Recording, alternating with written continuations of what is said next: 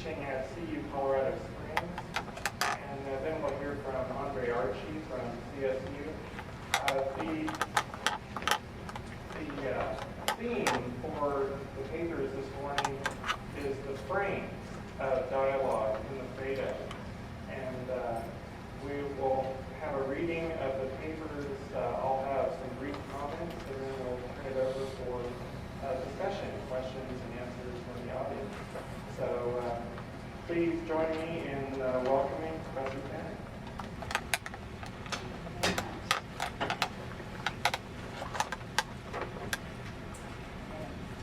Just to see if I can make these a little bit more difficult for Rob, I'm going to change the title. So, I'm now calling it Critical Dramatics and the Feminine of the Phaedo. It has been claimed, can you hear me? Is this loud enough? I didn't hear the first one. Oh, sorry, Critical Dramatics and the Feminine Framing of the Phaedo. It has been claimed that the question of what philosophy is interchangeable with the question of who Socrates is. But the question, who is Socrates, is itself tied up with questions as to who Plato, Xenophon, and Aristophanes are. Nonetheless, we draw lines and make assumptions as to their severability, one of the issues at the heart of Plato's Phaedo. Plato's Socrates, and more specifically the Socrates of the Phaedo, is heroic, not quite in the sense that Aristotle will elaborate.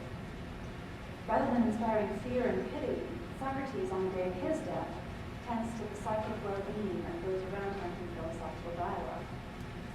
Who deserves such psychic caretaking is qualified by a small and curious incident at the beginning of the dialogue that easily escapes our notice and yet is important enough to warrant inclusion.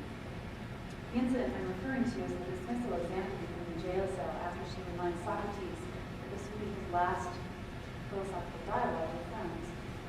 Why is she dismissed? And what kind of hero expels his wife in what seems so callous a manner on the last day of his life?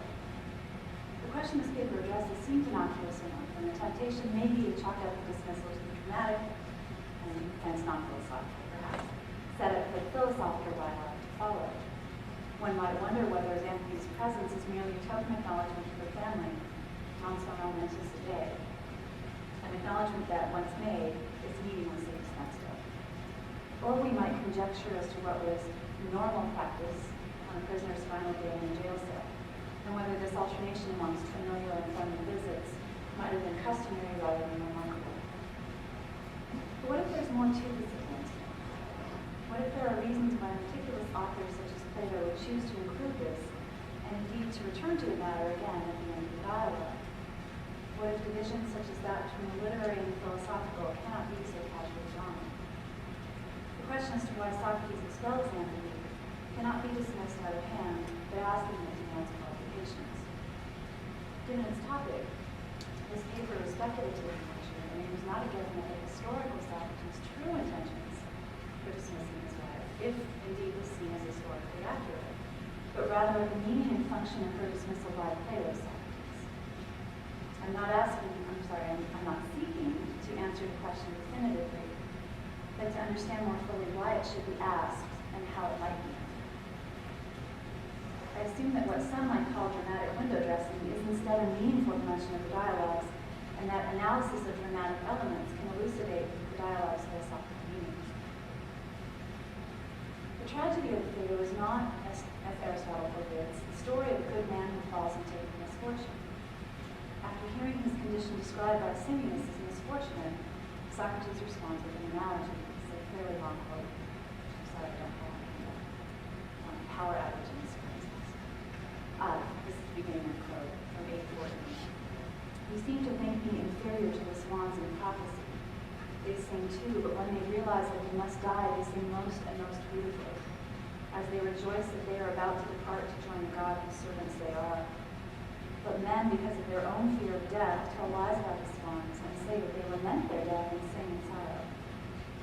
They do not reflect that no bird sings when it is hungry or cold or suffers in any other way.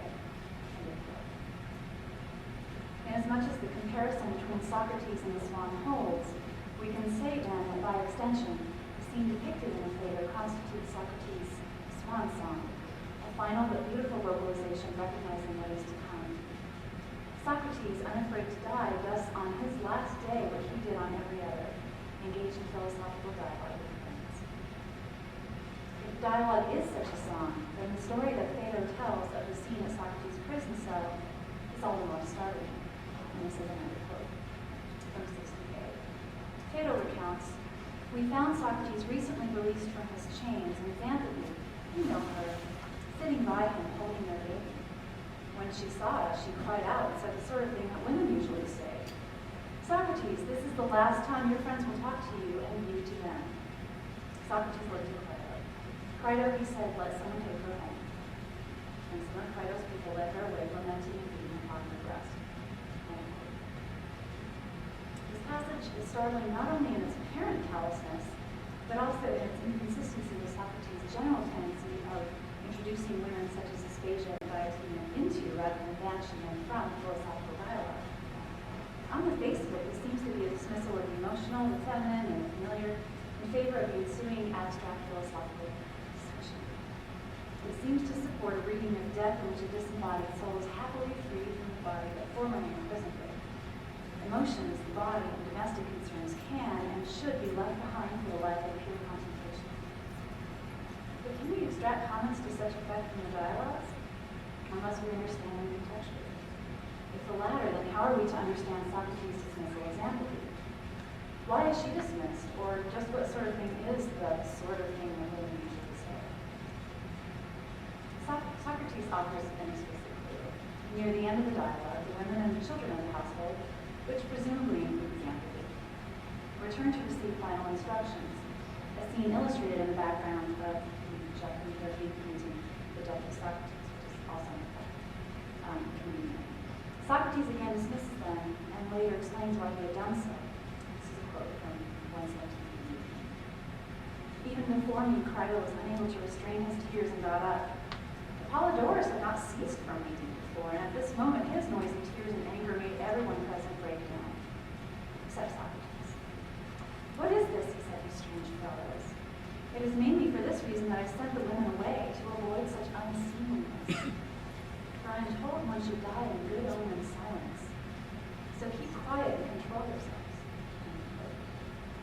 The question then becomes as to what is meant by unseemliness and what kind of good omen and silence Socrates sees as dying. The unseemliness is a translation of plain meaning quite literally speaking out of tune or melodiously, which contrasts with the good omen silence or euphenicon when ought to die. Mary Lefkowitz points out the etymological link to Xanthippe, for when Socrates' friends hear, she cries out, in the words simultaneously, inauspiciously about his death. Metaphorically, the dialogue moves from singing to silence, where question can now be focused. How has Xanthippe spoken out of tune? Several possibilities present themselves. Xanthippe's comment seems an explicitly emotional one. She reminds Socrates that this is really it. No more conversations with friends, ever. Perhaps Xanthippe speaks out of tune with the emotional tenor of the occasion. Lefkowitz sees Xanthippe as effectively a straw man. Her portrayal is emotional and unrestrained to contrast with the opposite qualities in Socrates. Her dismissal, however, cannot be a simple banishment of emotion or emotional outburst because Phaedo recalls that all of those remaining were affected by a mixture of emotions, sometimes laughing, then weeping. Indeed, Apollodorus is even said to have been quite emotional with comment. The emotional quality of Xanthippe's comment cannot be the grounds for her dismissal because she is hardly the most emotionally expressive of the group. But another possibility may lie in what it is that Xanthippe says. Socrates could be said to dislike or disagree with the finality of death that Xanthippe assumes. For this would be more likely to prompt Socrates to interrogate her, and so to bring her into the philosophical conversation in the way he does Diotima in the Symposium and Aspasia in the Maximus, or at least like voicing admiration for fine brevity in Theocritus. Why would he banish someone who explicitly articulates precisely the view that Socrates is intent on discussing? Lefkowitz argues that the emphasis of the dialogue on the disadvantages of the soul's communion with the body weighs against attributing to Xanthippe much significance. To her, Xanthippe is simply, or for Socrates, a straw woman, setting up through her emotional comment precisely what Socrates wishes to avoid and denying what ensues. But it's not emotion that's lacking, for Socrates' speech is precisely motivated by the desire to ease allegedly unfounded emotions in his friends. Singing charms, after all, has emotional and therapeutic ends. Xanthopy is more than a strong woman.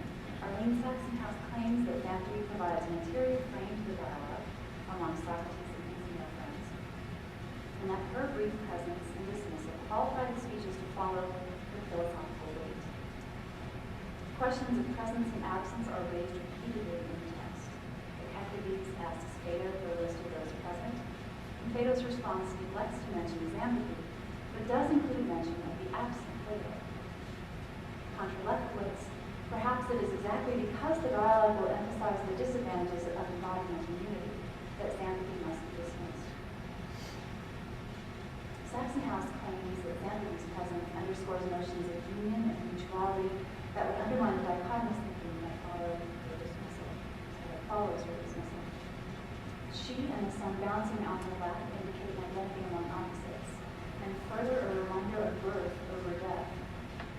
Support for such a connection between the feminine and non-dichotomous thinking can be played from the symposium in which Dabatina is first introduced as laughing at Socrates for failing to recognize that something lies in between the polarities of wisdom and ignorance. Xanthopy and her son are reminders of what is excluded from the dialogue, namely the body, the in-between, and birth. Xanthopy's interior framing of the dialogue is critical. For presence, absence, and return are significant for what meaning we are to make of the dialogue and of her mentions in it. The frame created by the repeated expulsion from the prison can then be seen to highlight these exclusions in the dialogue. We are made aware of Xanthopy's presence to indicate, and later to remind us of, her absence. But what does her absence signify? Might the difference then be a matter of who is expressing themselves, or, to put it otherwise, is Socrates' dismissal of Xanthopy a matter of gender?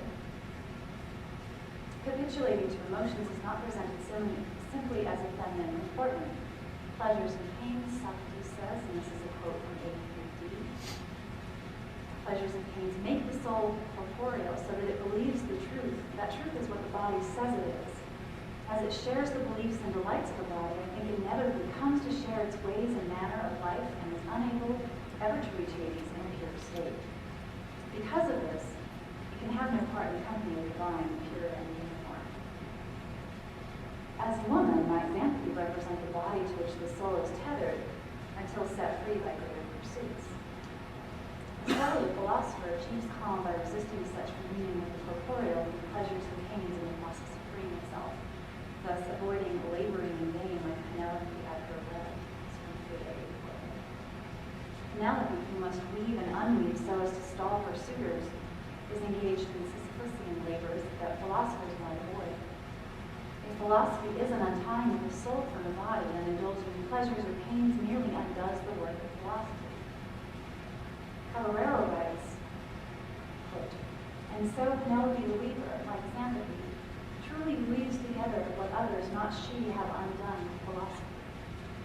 In this manner, the metaphor functions precisely because of its strange logical inversion.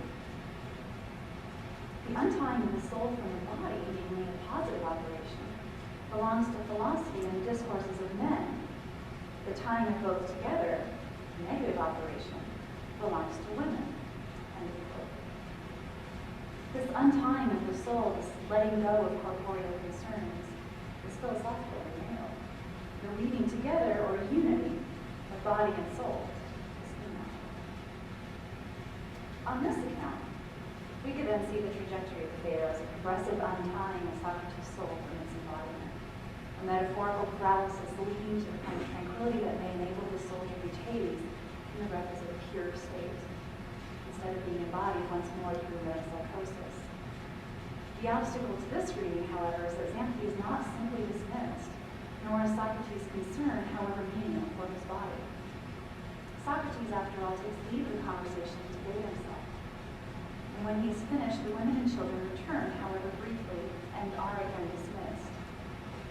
If Xanthopy's presence is trivial, why does it return to it? Or does the framing of the dialogue that her presence and absence generates suggest an alternate mythological reading? If we follow Ronberger and see Phaedo as recasting the Theseus slaying the Minotaur, Xanthopy plays the role of Ariadne, offering Socrates the string with which should find his way back through the logical labyrinth of the Phaedo.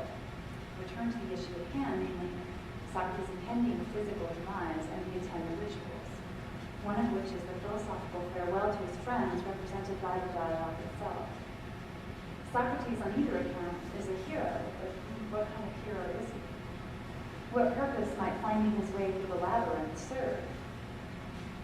Socrates must slay the fear of death, but whose fear is it to be conquered? Examining the dramatic context of the dialogue would suggest that it is his friend's fear concerning his death that Socrates must slay. But perhaps another believed possibility emerges as well. Socrates, seeming nonchalant about his impending death, offends Simmias and Phaedo, who claim that here he is, quote, bearing leaving us so lightly. Quote.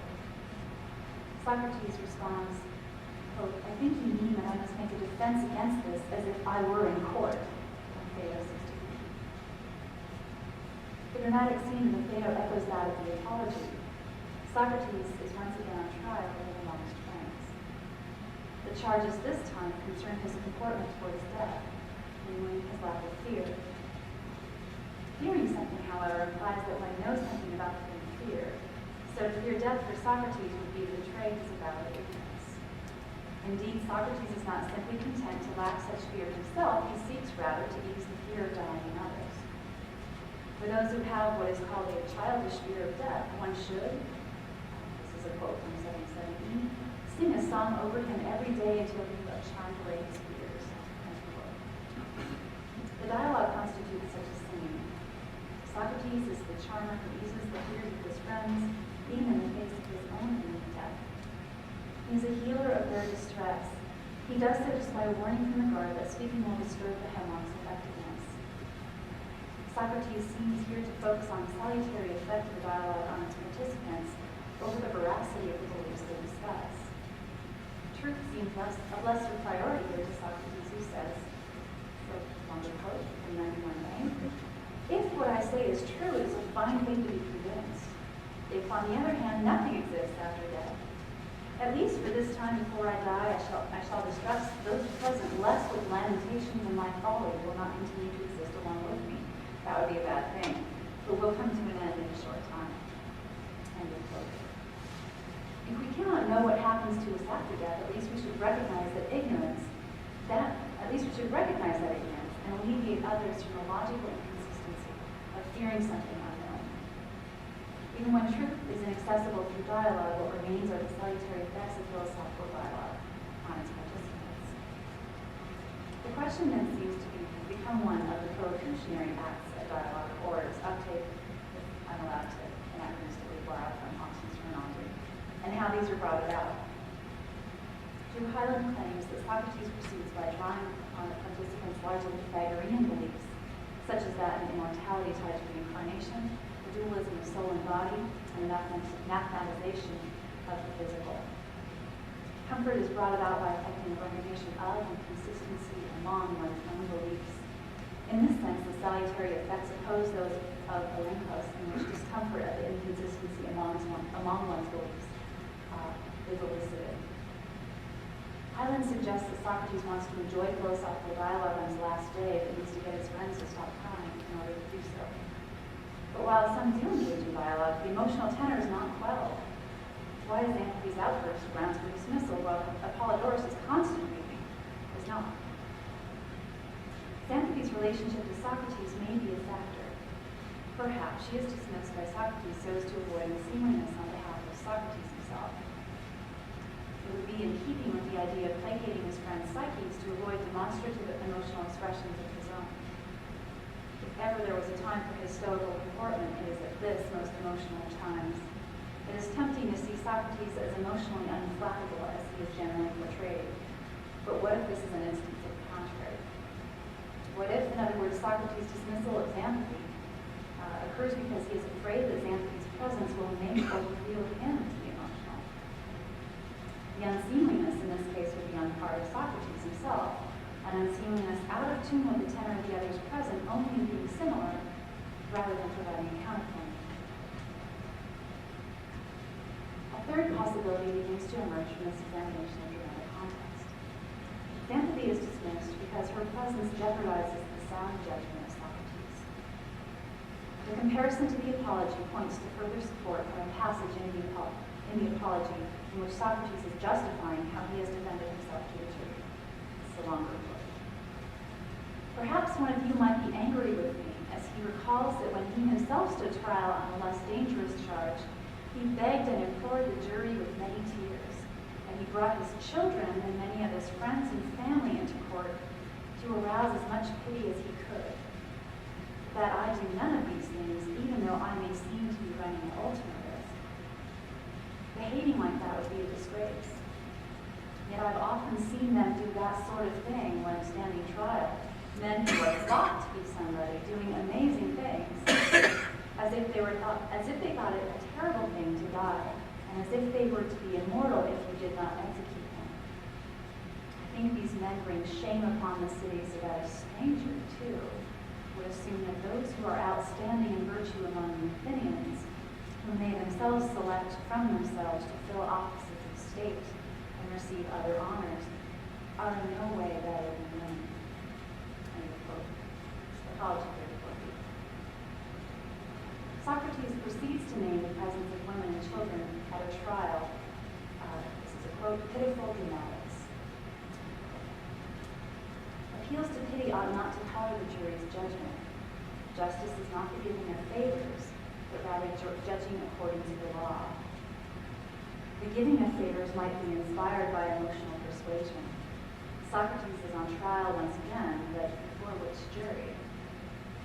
Is the portrayal of Socrates as of almost superhuman composure meant to ensure a judicious judgment of him on our behalf?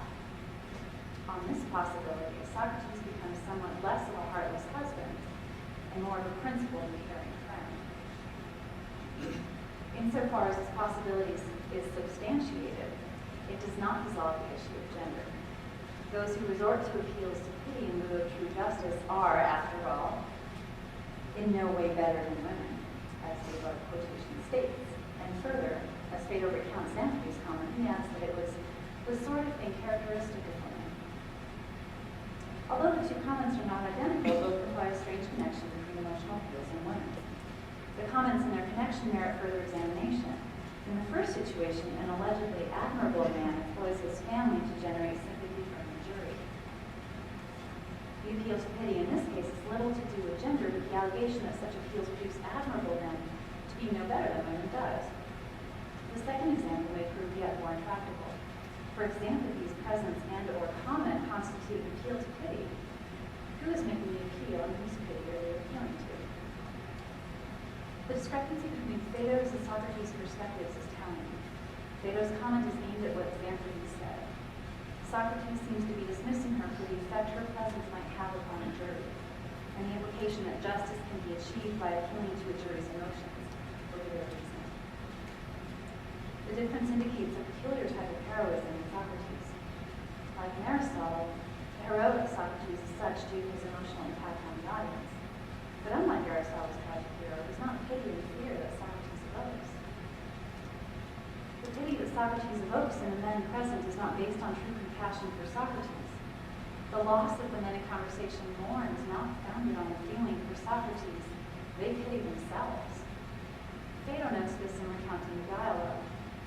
This is a quote from 59a. Phaedo says, I had no feeling of pity such as would seem natural in my sorrow, nor indeed of pleasure. He reiterates this toward the end, speaking of, quote, the great misfortune that has befallen us. We all felt as if we had lost a father and would be orphans for the rest of our lives.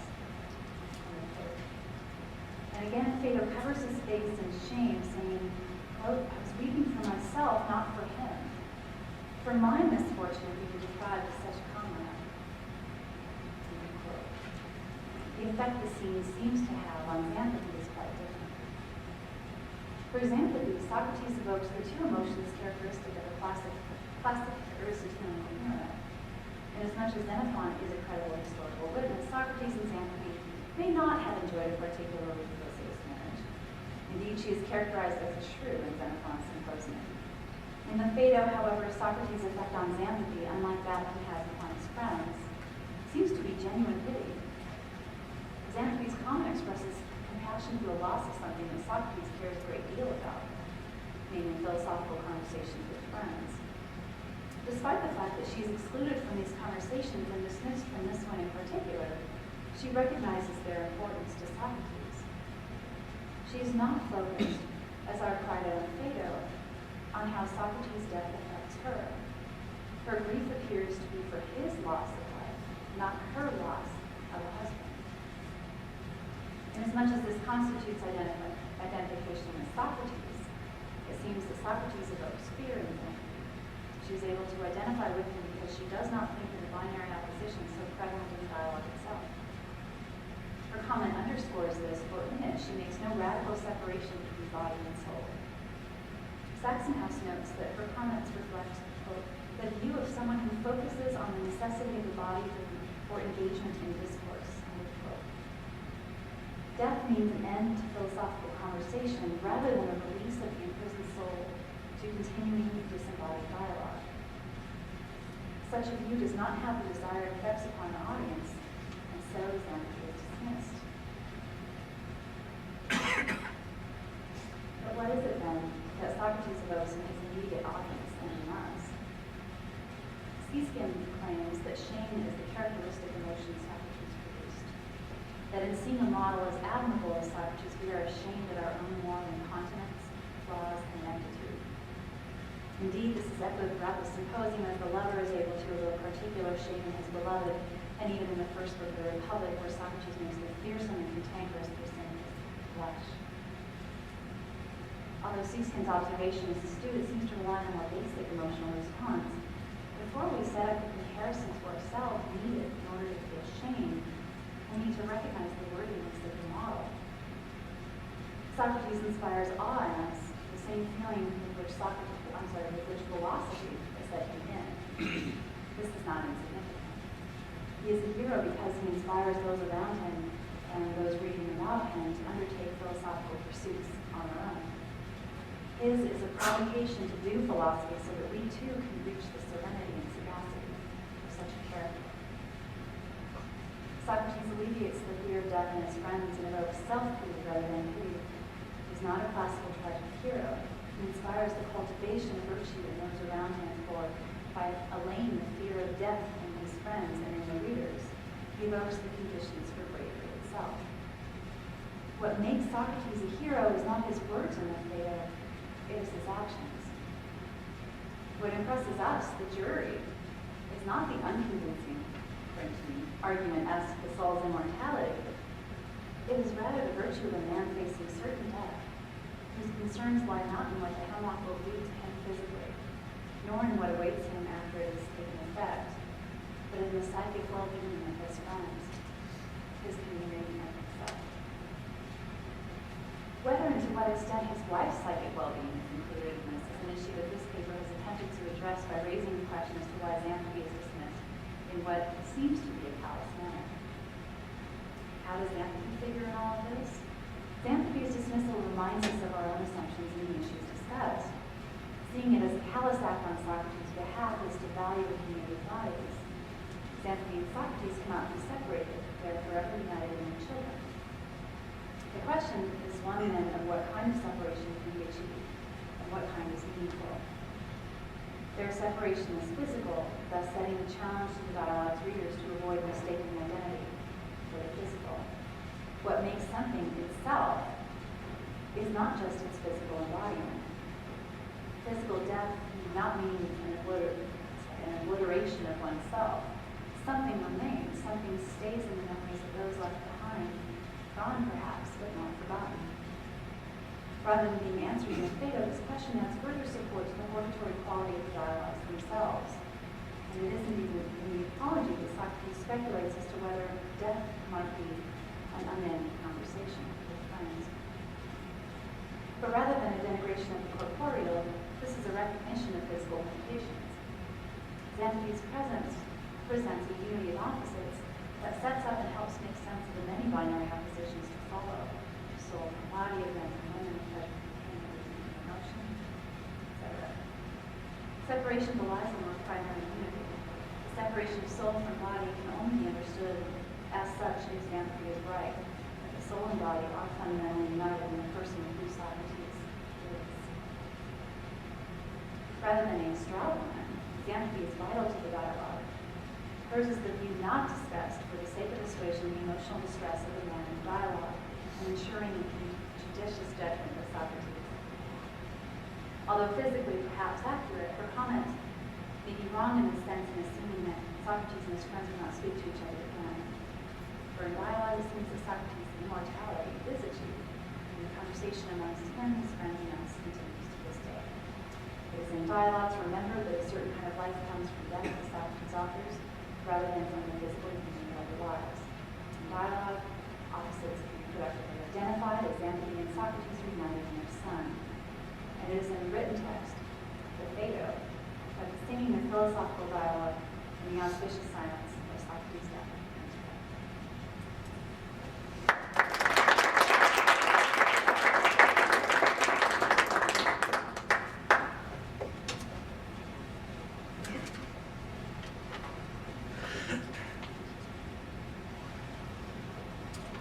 Okay, our next speaker is Professor Andre Archie. The title of his paper is Two Examples of Bounded Rationality in Plato's Phaedo. So please join me in welcoming Professor Archie.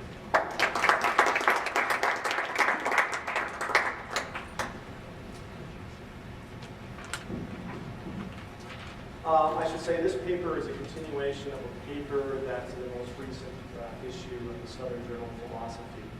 And there I'm looking at F.P. Ramsey's concept, mathematical expectation, and hypothetical and counterfactual questions in Alcibiades, major, minor, and Xenophon's numerability. So in this paper, I continue that topic of decision theory. In this paper, I look at Herbert Simon's concept of bounded rationality, and I try to apply the features of bounded rationality to the dialogue. So I cheat a bit, but the paper is just as much about bounded rationality as it is about feedback. So it's kind of two examples of bounded rationality in Plato's Phaedo. Introduction. Plato's dialogue Phaedo is famous for clearly presenting the twin pillars of Platonism, the theory of the forms and the immortality of the soul. These two pillars justify the view that philosophy, the love of wisdom, is not solely the pursuit of knowledge, but also the pursuit of the best way to live. In the dialogue, we see how Socrates attempts to alleviate the fear among his friends brought on by his impending death, and how he stands up to the ultimate challenges to virtue, death, and the fear of forsaking pleasures by living the philosophical life. Thus, the Phaedo is a literary trio in which argument, logos, ancient tale, mythos, and action, ergon, are interwoven to account for the counterfactual claim that death is the separation of the immortal soul from the immortal body. Philosophy is practicing for dying, since it is the struggle to separate soul from the body. The dialogue is hypothetical, and so that the individual arguments discussed in the dialogue are presented as likely scenarios and their conclusions tentative. There are two passages in the Phaedo, for example, where Socrates reflects on the tentative nature of the subject matter of this conversation. The first passage takes place in a discussion between the two main interlocutors of the dialogue, Chevis and Simmias. The discussion is motivated by Chevis asking the question asked by Evenos the day before yesterday, why Socrates decided to write poetry while in prison. Socrates explains that a recurring dream he had been having told him to practice and cultivate the arts. In obedience to the dream, he had satisfied his conscience by writing poems. Socrates supposes that Evenos will be willing to follow him quickly into death, but Simmias doubts Evenos' willingness. Everyone who worthily partakes of philosophy will be ready to die. Simmias supposes that Evenos is a philosopher, so he will have to get clearer about who philosophers are and what death is. What death is, says Socrates, is a fit topic for speculation among friends and appropriate when death is imminent, but ultimately unknowable. Quote, but I don't mind telling you what I have heard, for it is perhaps most appropriate for one who is about to depart yonder to tell and examine tales about what we believe that journey to be like. What else could one do in the time we have until sunset? The passage under consideration is an admission by Socrates that the arguments entertained about death and the immortality of the soul during the time he has left are less than demonstrative and should be seen as such.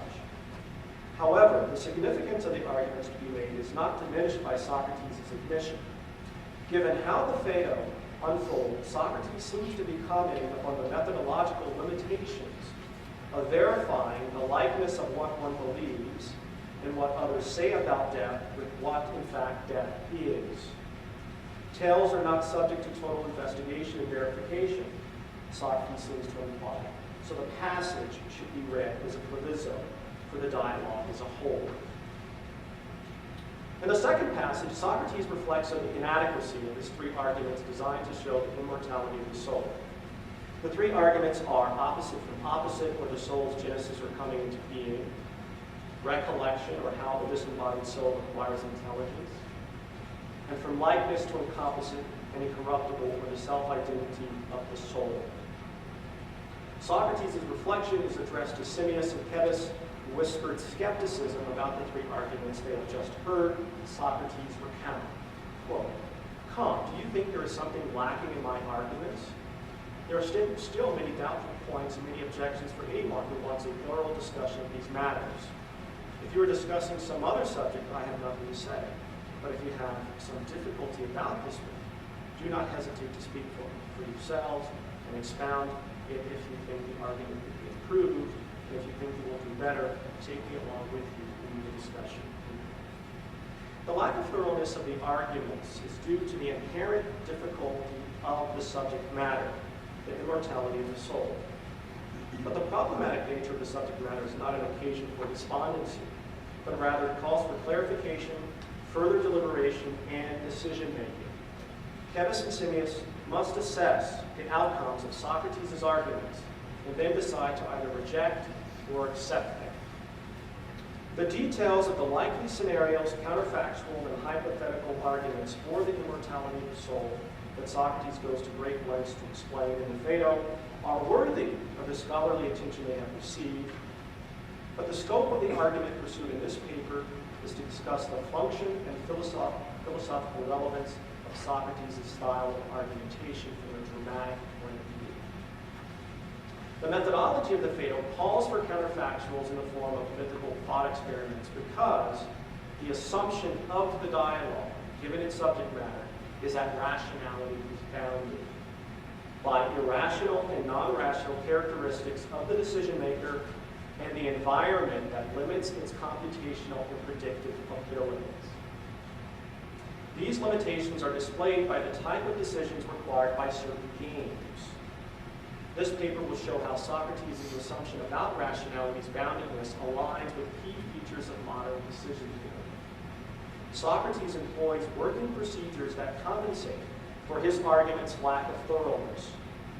The procedures have the effect of making his arguments less time-consuming and more emotionally compelling. Framing effects and satisficing heuristics are features of decision theory that Socrates employs throughout the Phaedo in order to slay the fear of death among his interlocutors and to argue for the immortality of the soul. Part 1, bounded rationality, framing effects, and satisficing heuristics. The concept bounded rationality was first used by a version of decision theory led by Herbert Simon and referred to as the behavioral model of decision making. The model postulates that rationality is constrained by two factors: the affective aspects and abilities native to the decision maker, internal, and environmental, external. How bounded rationality is played out in human behavior is explained by Simon in the following passage, quote, "Rationality, then, does not determine behavior. Within the area of rationality, behavior is perfectly flexible and adaptable to abilities, goals, and knowledge. Instead, behavior is determined by the irrational and non-rational elements that bound the area of rationality. The area of rationality is the area of adaptability to these non-rational elements." In the case of choosing among available courses of action, the decision maker is constrained in his decision-making opportunities by the inability to calculate and assign numerical probability to all available courses of action that will optimize his subjective expected utility, and in his inability to access all the relevant information in the environment that would optimize in a timely process his choice's outcome. To say that a decision maker is constrained internally is to recognize that the decision maker does not have organized and stable preferences.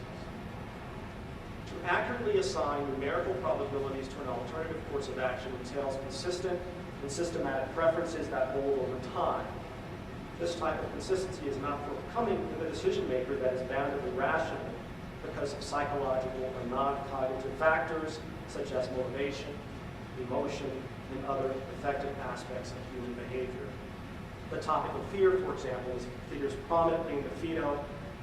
Fear might prevent a decision maker from considering the whole range of objectively possible courses of action available to him, limiting the alternatives he is willing to consider to psychological manageable alternatives.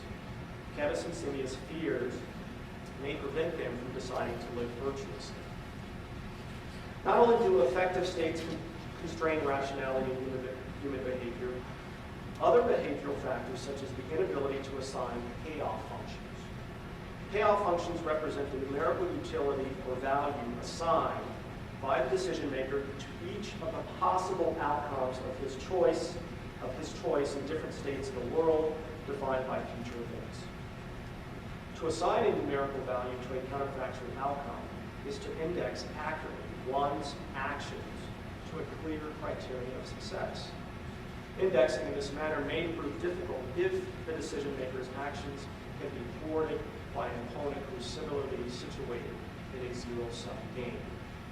And then I go through, I basically talk about the game of checkers, and I talk about how checkers really illustrates, I think, what Phaedo seems to be up to in the dialogue.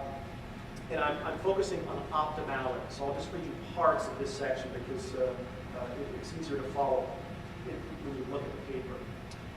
The game of checkers, for example, is a relatively easy game to learn to play well quickly compared to chess. The quickness of skill acquisition in checkers is due to the one square at a time forward movement of the pieces, with the exception of the kings. Committing to memory several movement heuristics, the beginning player's skill can increase rapidly from game to game. Still yet, checkers has a complexity due to the player's need to anticipate each other's moves and the move's outcome. Omniscience is required to master the game completely. And so then I talk about the most optimal moves in this game of checkers. So we'll skip that part. Considering that the optimal move is always in relation to thinking ahead of one's opponent, optimality would require the opening player of this game of checkers to accurately assign a payoff function to this optimal move's outcome. So the best move, the first move in the game of checkers, should be the most optimal move. While in real time, figuring into the payoff function of the opponent's counter move, and the payoff function of one's counter move, etc., etc. The pattern of assigning a payoff function also applies to the outcomes of the less desirable moves available to the black piece in the game of checkers. So for black's opening move, so far black's opening move has been considered, but white too will respond in a similar manner by reviewing the payoff function of its best and worst counter moves. So the combinatorial explosion initiated by each player's move greatly increases the complexity of the game. For each move black and white makes, the decision maker must explain when queried why one outcome of his choice would be more or less advantageous than another. In order for a payoff function to be accurate, of course, all the outcomes objectively possible must be known with certainty. If outcomes are not known with certainty, there will be no way to assign definite probabilities to the outcomes. Decision makers are not equipped to assign such probabilities. As the game of checkers illustrates, the chooser's computational abilities are confined to seeing a relatively few possible outcomes with assignable probabilities. Instead of having the superhuman ability to foresee all possible outcomes with certainty, decision makers often consider framing effects that exploit heuristics to predict approximate or satisfactory, not optimal outcomes. To say that a decision maker is externally constrained is to recognize that the decision maker's environment the state of information within his situation exploitable for an optimal outcome sets specific parameters around his possible courses of action. One such parameter is time. The concept of bounded rationality entails the belief that in the empirical world, the world in which decision makers actually live, time is always limited and knowledge is local. In the normal course of affairs, decision makers are confronted with choices that need to be made within a finite span of time and from a limited but intimate sphere of available choices. For example, what to have for dinner, what to wear, which school to enroll in one's kindergarten, etc. Some choices can be postponed depending on their importance in relation to other sets of choices the decision maker has before him, but not indefinitely. Choices are important precisely because their consequences are relevant to the decision maker's life right now or the foreseeable future. Subsequently, optimal choices are not possible when time is limited. Features of bounded rationality and the procedures for compensating for its effect inform Socrates' arguments for the immortality of the soul throughout the Phaedo. That the dialogue takes seriously the concept of bounded rationality is indicated in the opening pages of the dialogue by Socrates' awareness of the need for his taking seriously how best to frame for his interlocutors a subject matter that is problematic. So the issue in the first part of the paper is that optimality is not possible, and Socrates recognizes that in the dialogue. And so part 2 here looks at framing effects for accounting for one's limited ability to assess all alternatives when you make choices. Part 2, framing effects in the Phaedo, 57a through 59d. In the decision-making context, frames must be broad enough to clarify the situation, encompass the situation's goals, and highlight resources within the situation to limit computational fatigue. Framing effects occur in decision-making when the decision-maker's preferences are affected by variation of a relevant cue or cues and options or outcomes. Frames are significant because they are reference-dependent. In situations where prominent cues exist, decisions will be influenced by them. Where low visibility cues exist, decision makers often ignore them. The frame in the introductory pages of the Phaedo function to influence the deliberative process under which the interlocutor's decision about the nature of the soul takes place, and to modify the perception of their decision's utility. The Phaedo begins with a framed dialogue between Phaedo and Epicrates, set outside the city of Athens in the community of Phaedo.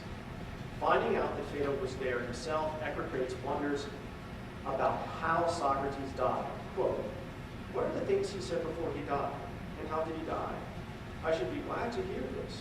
Hardly anyone from Phaedo visits Athens nowadays, nor has any stranger come from Athens for some time who could give us a clear account of what happened, except that he drank the poison and died, but nothing more." End quote. The conversation between Phaedo and Epicrates recounts Socrates' behavior and his discussion during the lengthy time following his trial and execution.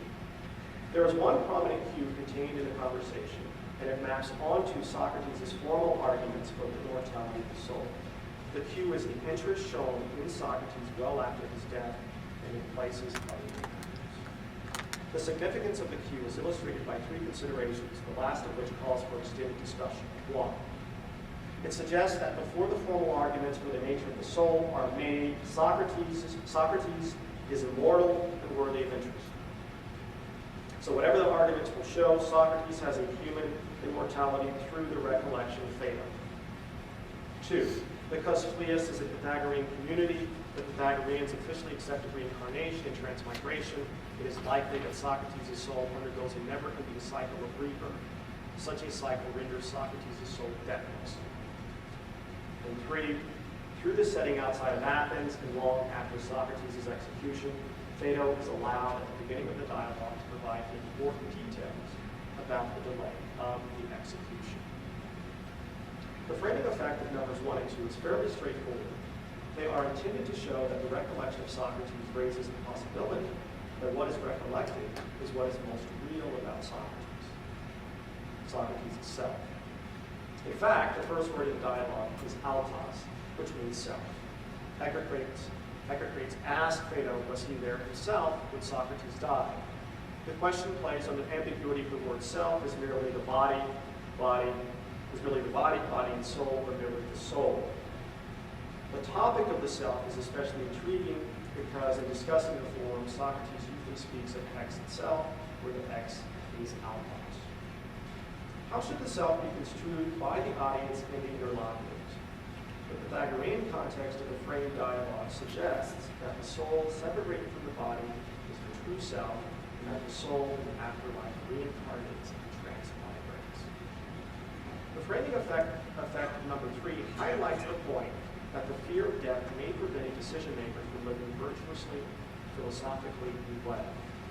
However, fear can be eliminated only through a heroic effort. Phaedo chronicles Socrates' effort to slay the fear of death by connecting him to the god Apollo, the Greek mythical heroes.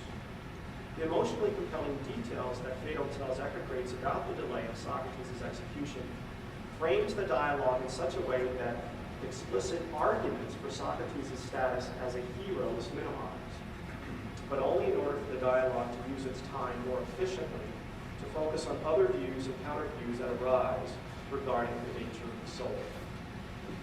Phaedo explains that the delay was due to the mission to Delos in honor of Theseus and honoring the doubtful Apollo.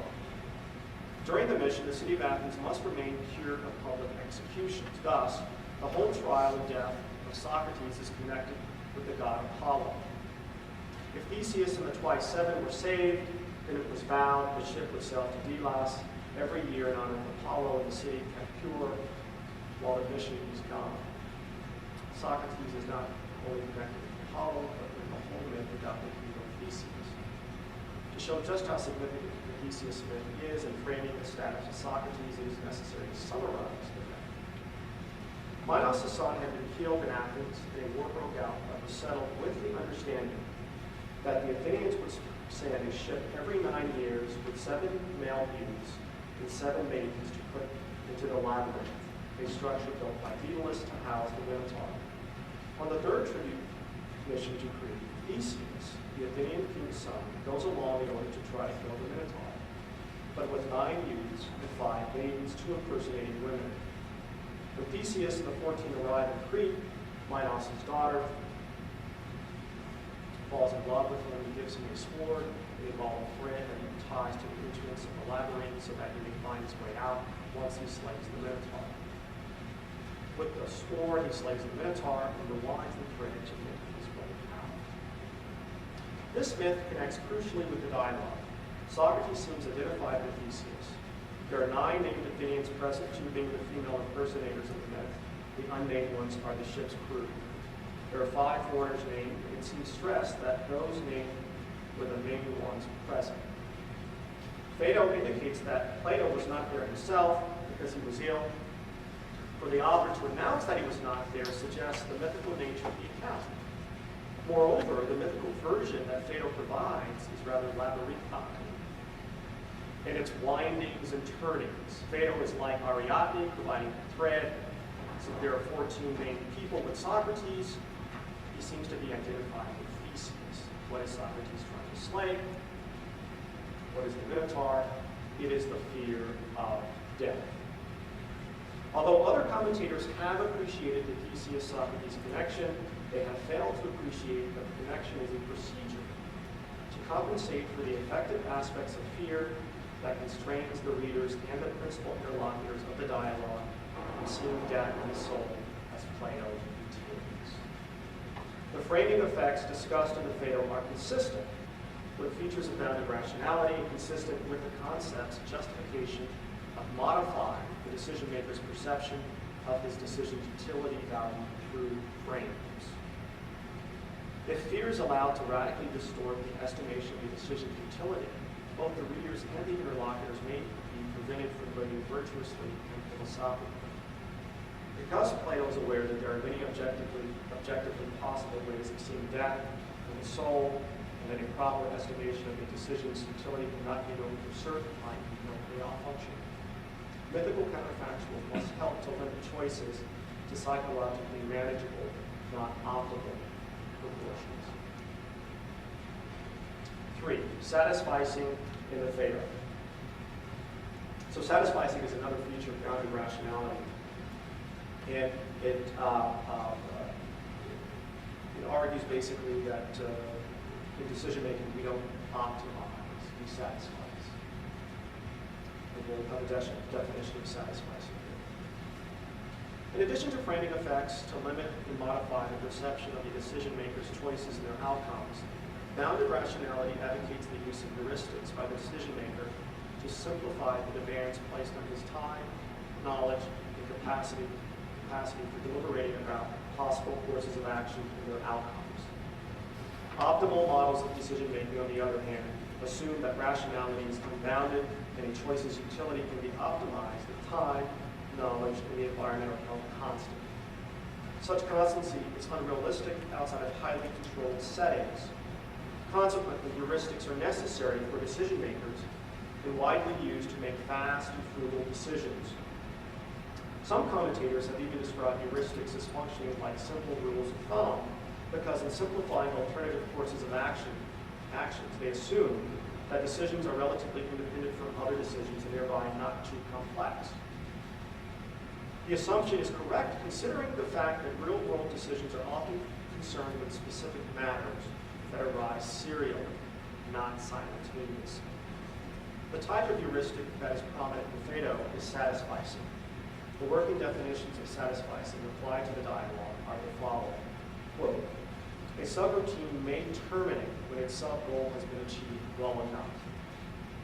A subordinate may search for a course of action that will yield at least K dollars profit, or market share, or reasonable profit. Or for a chess move that will win at least 3 pawns.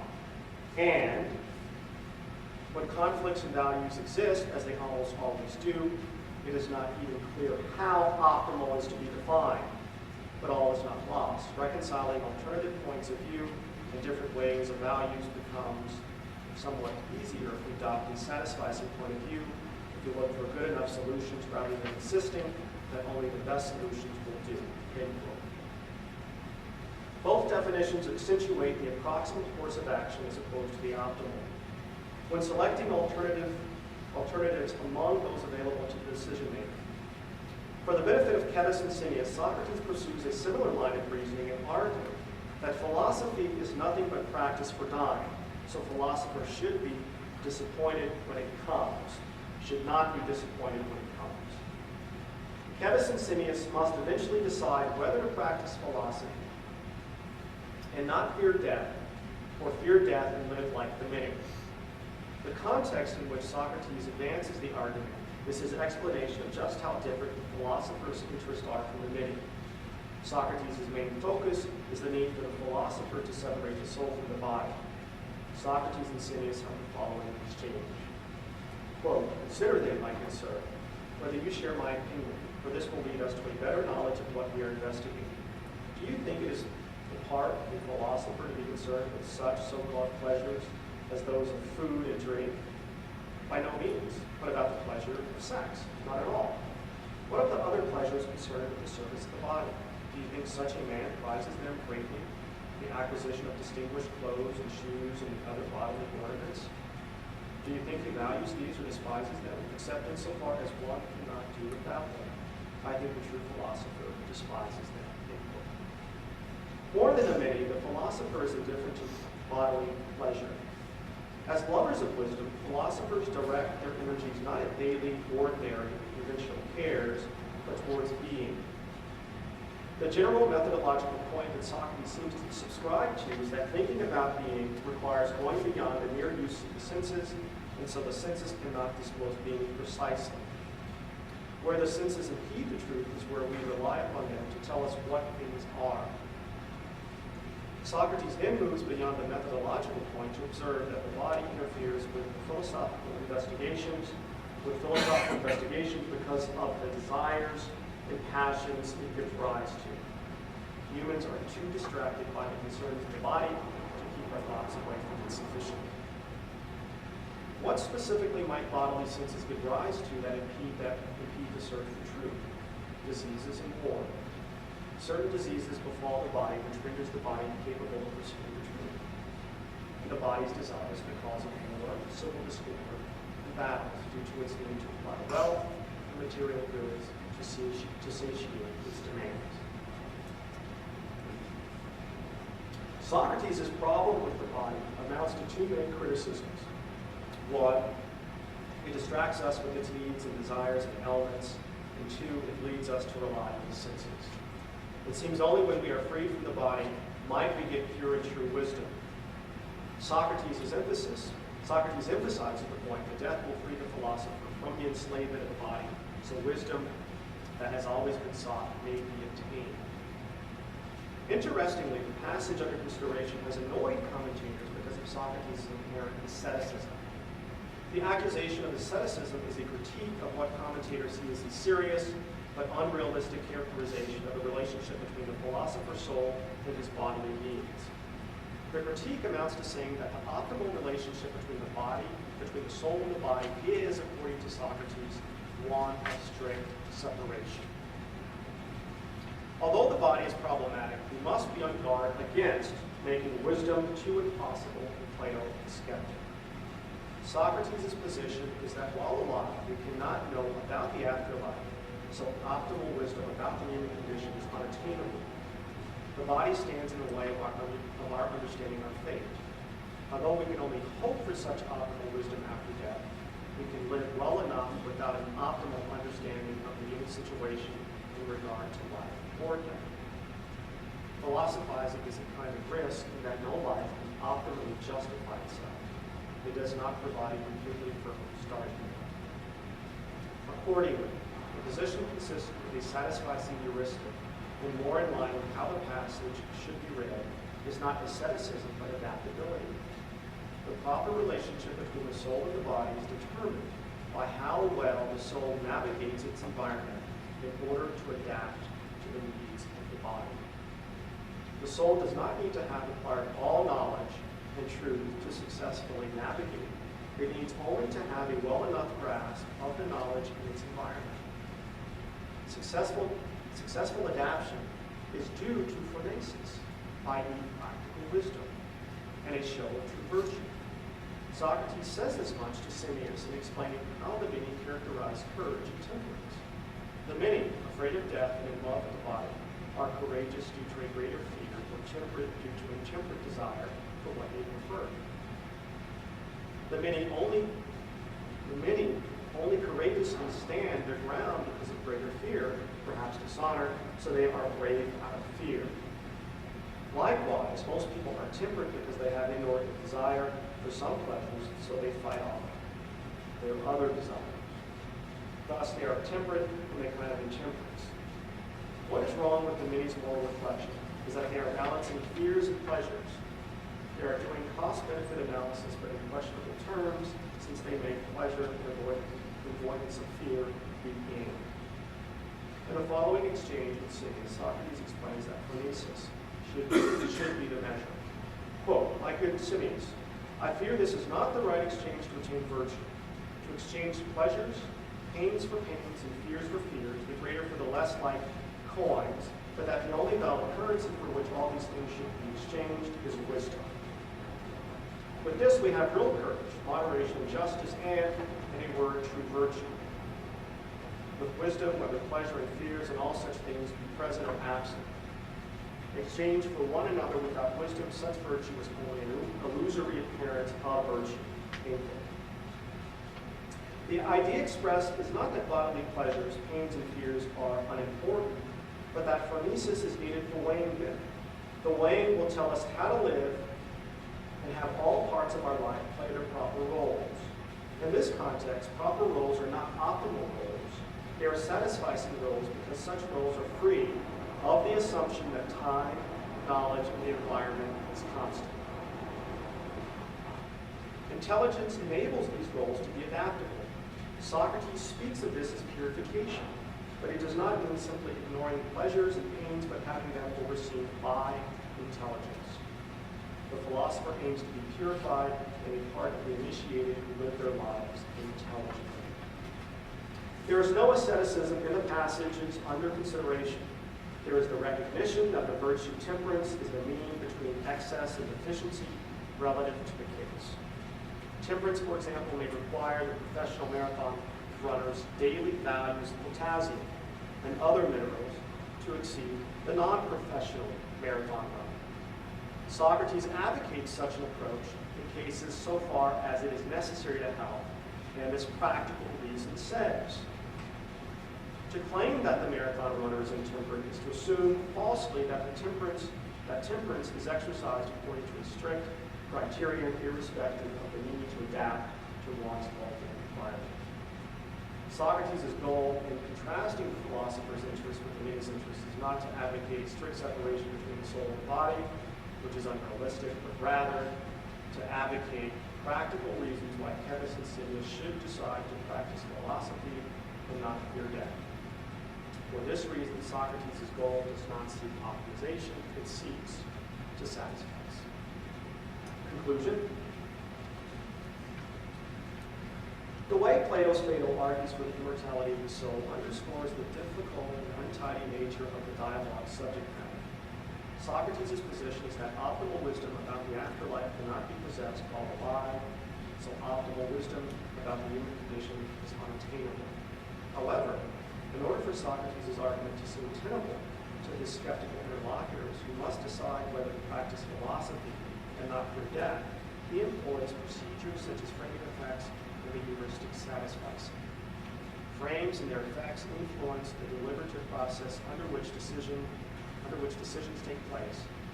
Satisficing is the pursuit of the approximate course of action as opposed to the optimal for choosing alternatives among those available to the decision maker.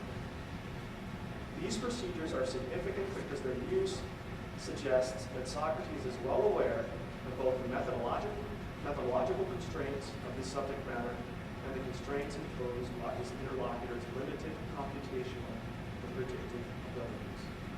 The concept-bounded rationality best captures the dialogue's assumption about constraints and the role of reason and natural play in the counterfactuals and other types of thought experiments. Bounded rationality in the Phaedo takes us some distance away from interpreting its various passages as merely literary historical excursus and impractical relationships. From a dramatic point of view, the identification of Theseus with Socrates and Socrates' discussion of the relationship between the philosopher's soul and his bodily beings is emotionally compelling and advantageous practically. If we were to predict which alternative Phaedo and Simmias will decide to choose, knowing how they make the decision is crucial. The concept-bounded rationality explains what decision makers often attend to in the decision-making context and how to obtain change.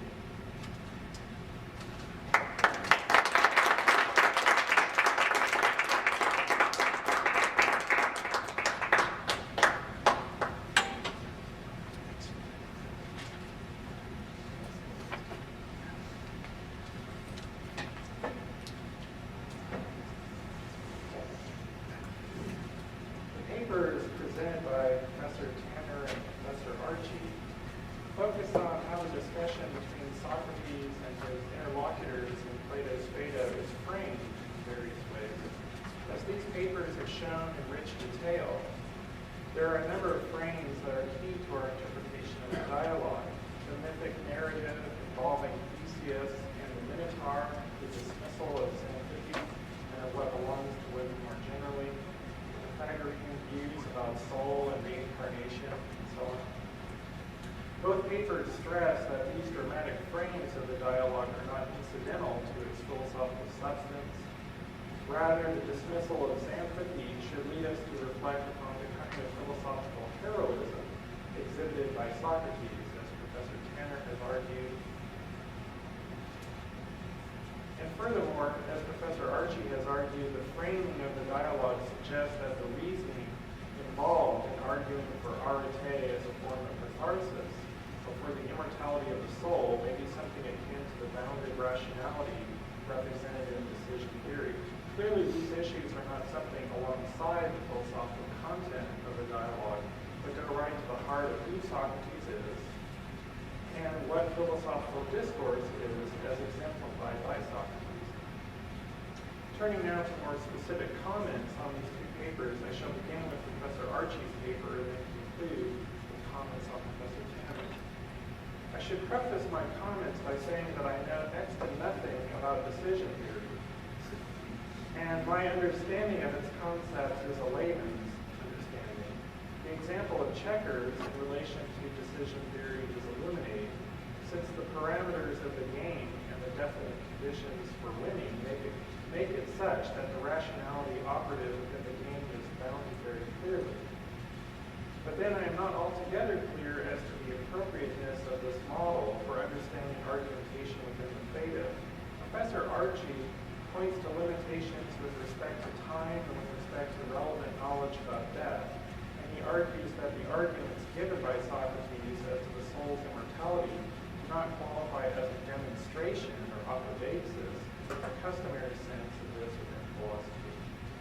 On this point, Professor Archie emphasizes Socrates' words at 61 BE, which he reads as an admission by Socrates that the arguments entertained about death are less than demonstrative and should be seen as such. Certainly, Socrates' use of the verb mythologein, tale-telling, suggests something besides demonstrative argument. And the subsequent passage quoted at 84c concedes that there are still many doubtful points and many objections for anyone who wants a thorough discussion of these matters. On the other hand, by the end of the dialogue, there seems to be some consensus between Socrates and his interlocutors that a demonstration has been given. For example, at 105e, Socrates asks, "Shall we claim that this, that the soul is undying, has been demonstrated, apododeify? Or how does it seem to you?" And Phaedo replies emphatically, "Very sufficiently demonstrated indeed. Ala gekikonos." So when you say that in Greek, you have to really punch up and do that. Now, I myself share Professor Archie's assessment that the arguments offered by Socrates for the soul's immortality do not succeed in giving a demonstration of the acquaintance's question, but I suppose that we need an account of why these arguments are nonetheless passed off as being demonstrative. At least part of this account, as Professor Archie points out, have to do with what the interlocutors themselves bring to the discussion, their Pythagorean beliefs, their fears about what death entails, and so on. No doubt a good deal of Socrates' argumentation in the Phaedo is methodic in the sense delineated by Aristotle in the rhetoric, that is, directed at the peculiar character of the interlocutors. Professor Archie uses this general observation that Socrates' arguments respond to the interlocutor's fear as an illustration of the bounded rationality that he has in mind. But I am intrigued to learn more about how fear operates within bounded rationality, as opposed to, say, representing an obstacle to reason. Professor Archie underscores the latter possibility as he draws our attention to the way in which fear may prevent a decision maker from considering the whole range of objectively possible courses of action available. So in this case, would fear be that which contextualizes rationality, providing parameters, or what precludes its exercise? We should notice that there are various ways of addressing fear philosophically, and Plato's Socrates shows us a number of different ways. In the Apology, for example, Socrates limits himself to showing that the fear of death assumes a kind of knowledge that one does not and cannot have. In the Phaedo, Socrates argues that to be motivated by fear of death is unphilosophical, even childish.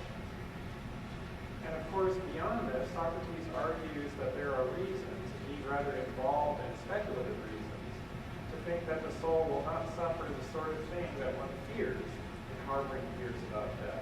I take it that these are important and different ways of addressing fear, and my question would be whether decision theory offers us resources for reflecting upon these distinct ways of addressing fear philosophically. This relates as well to the interpretation of catharsis in the Phaedo, as fears are one of those bodily attachments that the philosopher's soul is to be purged of. In line with his orientation to the dialogue through decision theory, Professor Archie argues for a conception of catharsis in the Phaedo that is not ascetic, or at least not as ascetic as we might suppose. Rather, Professor Archie understands catharsis to be not ignoring pleasures and pains, but having them overseen by intelligence. Catharsis thus requires not a strict separation between the soul and body, which is unrealistic, but advocates rather why Simmias and Thebes should decide to practice philosophy and not fear death. There is indeed textual support for this non-ascetic, or perhaps ascetic-light, reading of catharsis in the Phaedo. Socrates says of Phronesis, and this actually is quoted in the paper, but I'll just reiterate it. Quote, maybe this is the genuine coin for which and with which all things must be bought and sold, and maybe courage and moderation and justice and true virtue as a whole are only when accompanied by phronesis, regardless of whether pleasures and terrors and all other such things are added or subtracted. That's at 69. If we follow the line of interpretation suggested by Professor Archie, and do not suppose that fears and pleasures and pains must be exactly purged from the soul, in the sense demanded by asceticism, then how does this relate to the bounded rationality that Professor Archie sees in the dialogue? I ask this so as to obtain a clearer conception of just what bounded rationality is as opposed to another model of rationality. Professor Tanner's paper also addresses the question of catharsis in important ways. If the dismissal of Xantippe represents the rejection of a certain kind of discourse, one that appeals to pity in favor of one that arouses shame or perhaps awe in the audience and provokes us to do philosophy, then certainly it exhorts us to carry out a distinctive kind of catharsis. We hear this exhortation in Socrates' disgusted words directed at the interlocutor's emotional outburst once he drinks the hemlock. So I'll quote these lines once again. This is a little bit of a different translation. What are you doing, you wonders? Surely this wasn't the least of my reasons for sending the women away, so they wouldn't strike such false notes. For I've heard too that one should meet one's end in propitious silence in the aid of thinking. So be still and control yourselves. That's at 117 BE. I think that I'm sympathetic to the idea that there is a heroism of sorts in Socrates' stance. But on the other hand, it also seems uncompromising in the extreme, even violent in itself. It is difficult when reading this passage not to recall the accusation made against Socrates by Alcibiades in Plato's Symposium, namely that Socrates is guilty of hubris in his relation to others. For I take it that there is good reason to make allowances for human weakness, for humanity with all its various attributes, and to allow, for example, one's friends to demonstrate the emotional response that is fitting and beautiful given the situation before them. If Socrates demands of us a kind of arete as catharsis that will not make such allowances, are we not justified in questioning the phronesis and practical wisdom involved in his conception of moral excellence? I am very grateful to Professor Tanner's paper for provoking me to ask this question of Plato's Socrates and Phaedo.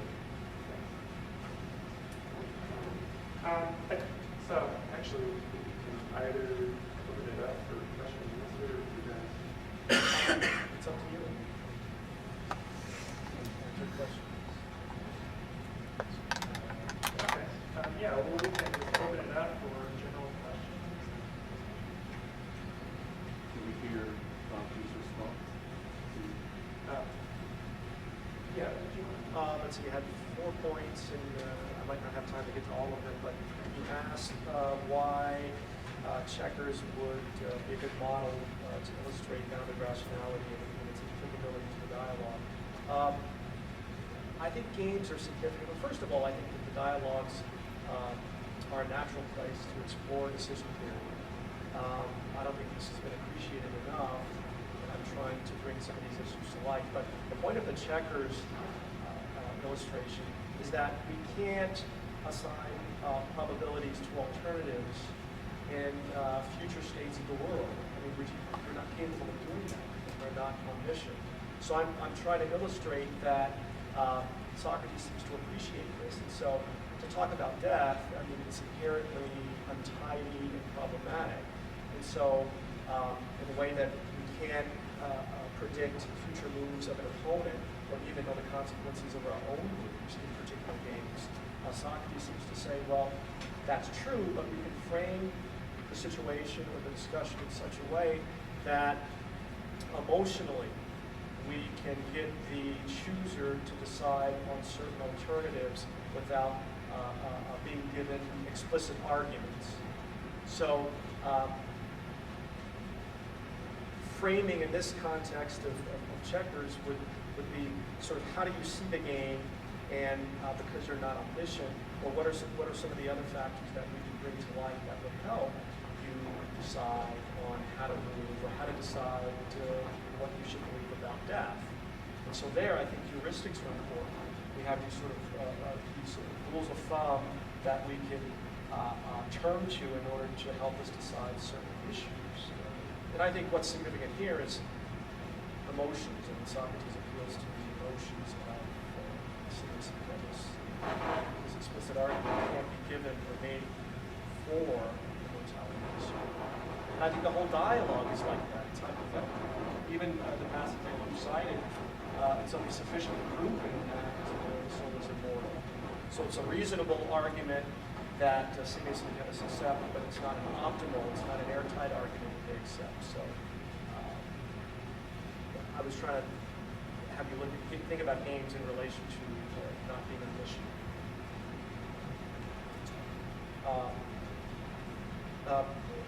Let's see.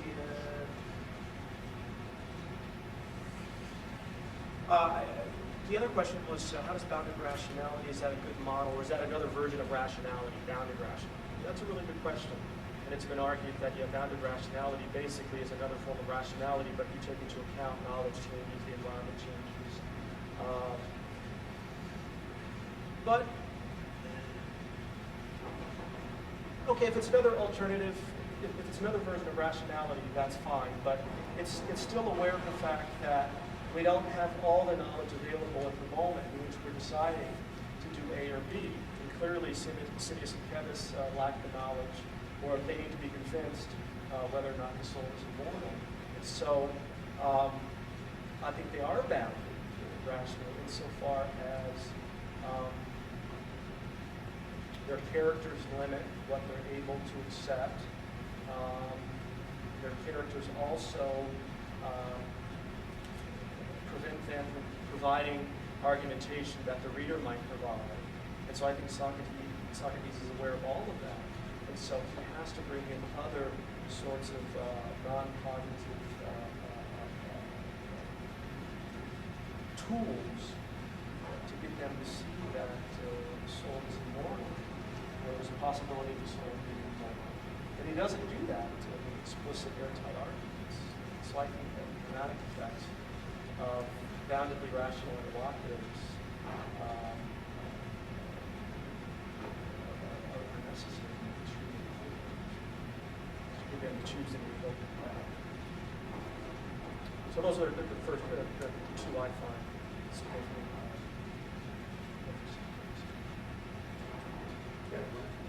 In that connection, under Professor Archie, I'm wondering, would it be fair to say about your attitude towards the Phaedo in general, something like this?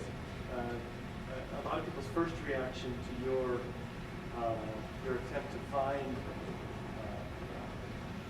some significant exploration of bounded rationality might be, what a strange place to look for it. After all, the Phaedo is supposed to be about pure rationality, right? Ideal rationality. Were you suggesting in your paper basically that the dialogue Phaedo sort of proposes that ideal maybe precisely in order to indicate it as an optimal or an ideal that we don't have to work with, and then the remainder of the dialogue is actually working with what you're calling bounded rationality instead of. I agree with that 100%, and I try to emphasize, I think the dialogue, Socrates shouldn't be placed upon a pedestal. And I think that, what makes the dialogue so powerful is that we can access what it is that he's saying, or at least it should resonate. But for us to think that the philosopher is different in kind from the many, at least for me, it would sort of take my motivation away from taking seriously the dialogue. So I think in this case here, the optimal situation would be for the soul to be completely separate from the body, or at least knowledge is possible once the soul separates from the body. But that's not possible here. I mean, we're bounded by time, we're bounded by knowledge, and so in that sense, I think that here's one optimal model. And Socrates says it seems to say, okay, that might be the alternative or the target, but let's talk about how we can practically deal with some of these desires and fears that we have due to having a body. And so there's some practical relationships there that intelligence can help us to navigate, not in an optimal way, but in a practical and satisfying way. So I think that you're right. The dialogue is made more humble, I think, by this concept now that Socrates seems more real, at least to me. Yeah, I'm now gotten confused about whether we're talking about satisficing with respect to metaphysical issues or epistemological issues, because I think about game theory with respect to particular probabilities between which we have to choose, and sometimes we can't optimize because we're in a press, or we're pressed for time, or we what all the internal and external constraints that you mentioned. But then you just talked about the fact that we can't really separate the body from the soul, and that's a metaphysical sort of satisficing as opposed to the epistemological persuading somebody that you ought to be confident, or you ought not be, you ought not be afraid. And so the bounded rationality in that situation, or in that sense, sometimes it seems to me that what you're talking about is Socrates employing the rationality that's necessary to, well, actually, I don't know what the decision would be, sort of in the metaphor of decision theory, but in terms of persuasion, Socrates would be trying to persuade these people that they ought not be afraid, and they ought not be devastated or whatever by his death. But the other way that you just talked about it seemed to me to go the other direction, so I'm not sure exactly. Okay, all right. Let me see if I understand. So Socrates is concerned with, or at least my discussion of heuristics satisficing is in relation to knowledge. So it's epistemological. Socrates says, well, we can't have complete knowledge in this life because we can't separate. The soul cannot separate from the body. Now, why is that a difficulty? Because in terms of satisficing, it's knowledge. So I'm not making any sort of metaphysical claim other than. Okay, so we can't separate the body from the soul, so we can't achieve omniscience, and right. So we have to make we have a leap, sort of about, or we have to make what our attitudinal adjustment toward death based on something short of omniscience. Yeah, but keep in mind, I was citing the passages dealing with the relationship that the body has with the soul. So I'm saying that in terms of pain and pleasure, we use practical reason in order to navigate between how much we indulge our desires and how much we pull back. So I'm saying that Socrates is not advocating a strict separation as long as we're embodied. He seems to be advocating a view such that while we're embodied, we can be moderate and we can have these approximate. The soul can have an approximate relationship to the body. It's not an optimal relationship. And okay, so he's not making an argument to them that they ought not be devastated by his death, or that they ought to not be afraid of death, but rather he's advocating a lifestyle which is not complete asceticism based on our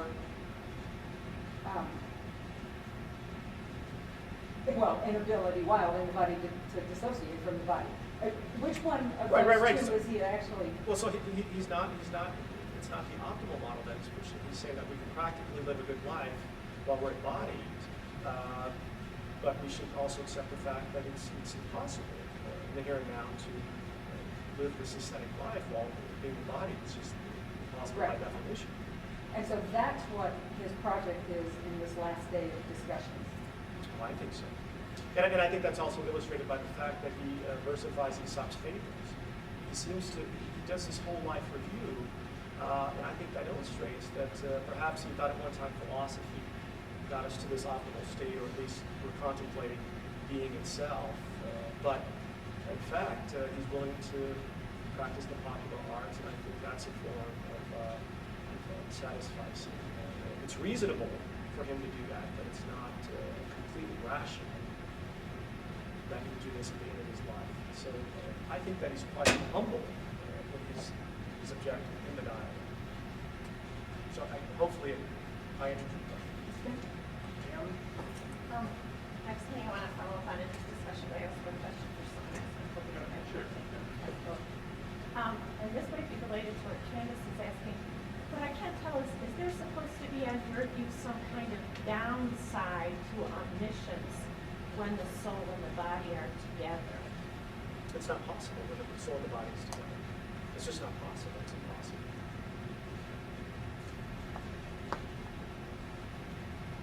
It's not possible in a sense of, I guess. I mean, think about it. I mean, are we omniscient?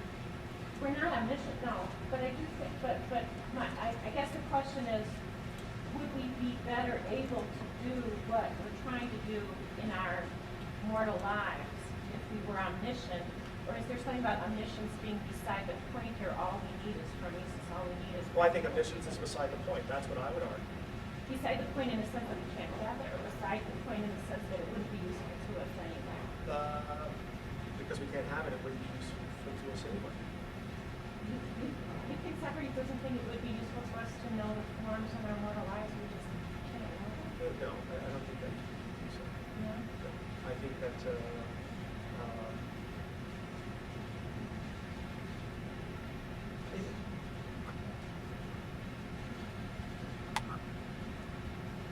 I guess my short answer is no. I don't think that means that, and I don't think there's any evidence in the Phaedo that would support that. I mean, I think that he gives the explanation of the philosopher transmigrating, but everyone else transmigrates back into